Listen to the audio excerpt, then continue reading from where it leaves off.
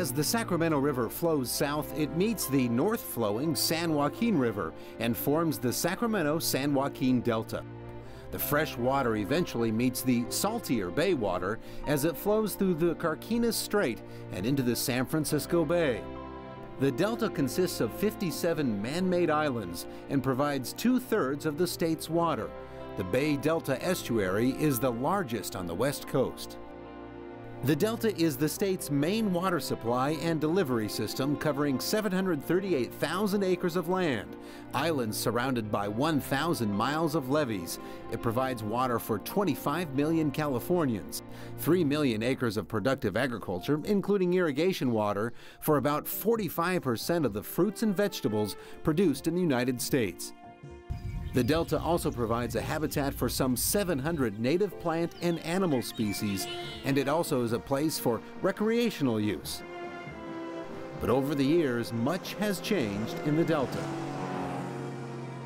This levee that we're standing on, this land here, is not the original state of the Delta.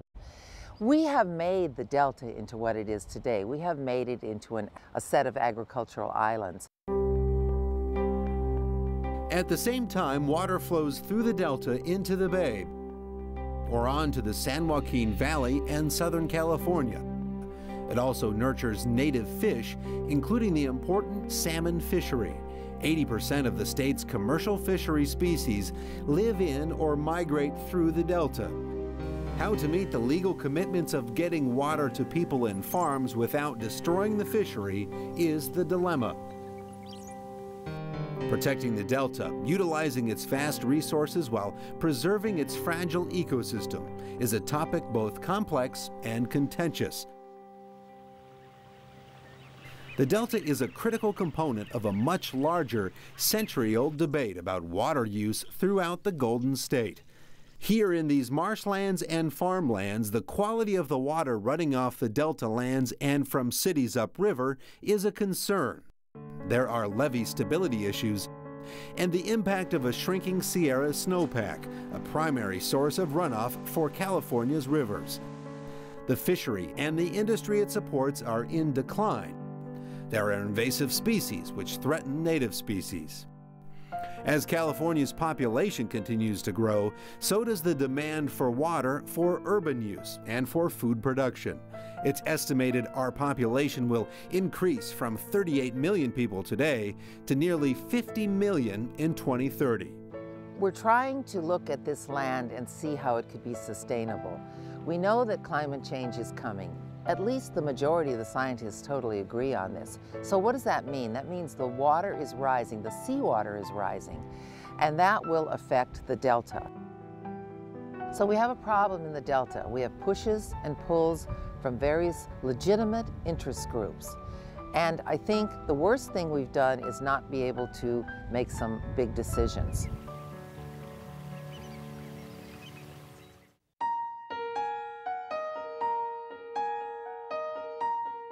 The biggest debate in the Delta is how to get the water through the Delta in an environmentally sound way.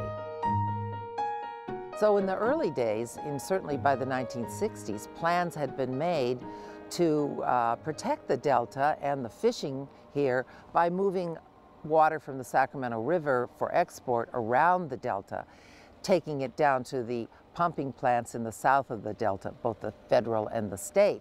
And so the plan was that you would have this canal that would get the water there. That didn't get accepted by the people of California. There were a lot of things that went on, and finally, in 1982, there was the vote of the people. They rejected this canal. The idea was, well, we'll just keep propping up the Delta and working with the system the way it is. The way it is now is that water from the north, south, and east flowing rivers converges in the Delta. Some of that water makes its way west to the bay and ocean, and some water is pulled toward the Delta pumping plants and goes on to the Central Valley and Southern California. Right now, state and federal agency officials are discussing ways to improve restoration, aging levees, the ecosystem, water quality, and supply in California. One proposal is to build a canal or tunnel to transport water around the delta to the pumping plants.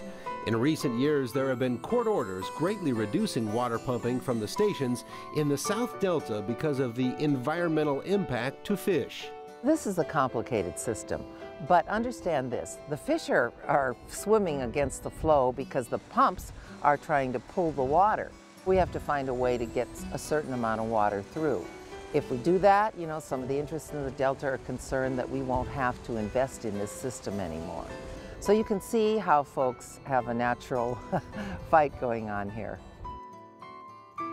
As this state increases in population, and it's off the charts in that, and as we look at agriculture, and if we want to keep some of that, then we're going to see that we need more flexibility. We need to move water around. We need to trade, transfer, and do things.